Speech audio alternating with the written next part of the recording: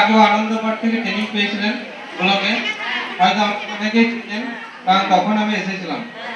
তো সেখানে আমরা ঠিক আছে, আমরা যে 4টা হাত বই নিয়ে কাজ করেছিলাম, আমাদের প্রথম খণ্ড, দ্বিতীয় খণ্ড, তৃতীয় খণ্ড, চতুর্থ খণ্ড, এই 4টা হাত বইয়ে আমাদের ইসিসি কারিকুলামের প্রত্যেকটা বিষয় এখানে খুব সুন্দরভাবে দেওয়া ছিল।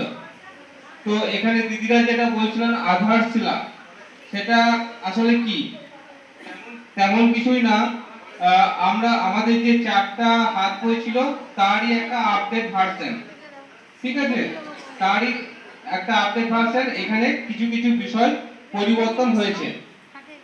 তো আমরা এই 4টা হাত বইয়ে বা আমাদের যে ইসিসি কারিকুলাম ছিল, সেখানে আমরা শুরুতেই কি করতাম, মর্নিং সার্কেল টাইম, তাই তো? তাই তো দিদিরা? কতক্ষণ সময় ছিল আমাদের? 30 মিনিট। তো মর্নিং সার্কেলে আমরা প্রথমেই কি করতাম, অভ্যর্থনা করাতাম। তারপরে কি করতাম, তারপরে ছিল এটা অনেকে বলেন প্রার্থনা কিংবা সমবেত সঙ্গীত, ঠিক আছে, যেটা শিশুদেরকে একসঙ্গে নিয়ে আমরা তাদের পরিচিত একটা মানে পরিচিত গান বা যে গানটা খুব কঠিন নয় সেরকম গান আমরা সেন্টারে গিয়ে থাকি। তারপরে কি করি আমরা, স্বাস্থ্য পরীক্ষা। কোন দিদি বললেন স্বাস্থ্য পরীক্ষা? একটু হাত উঠান। যে দিদি বলছেন স্বাস্থ্য পরীক্ষা, একটু হাত উঠান না।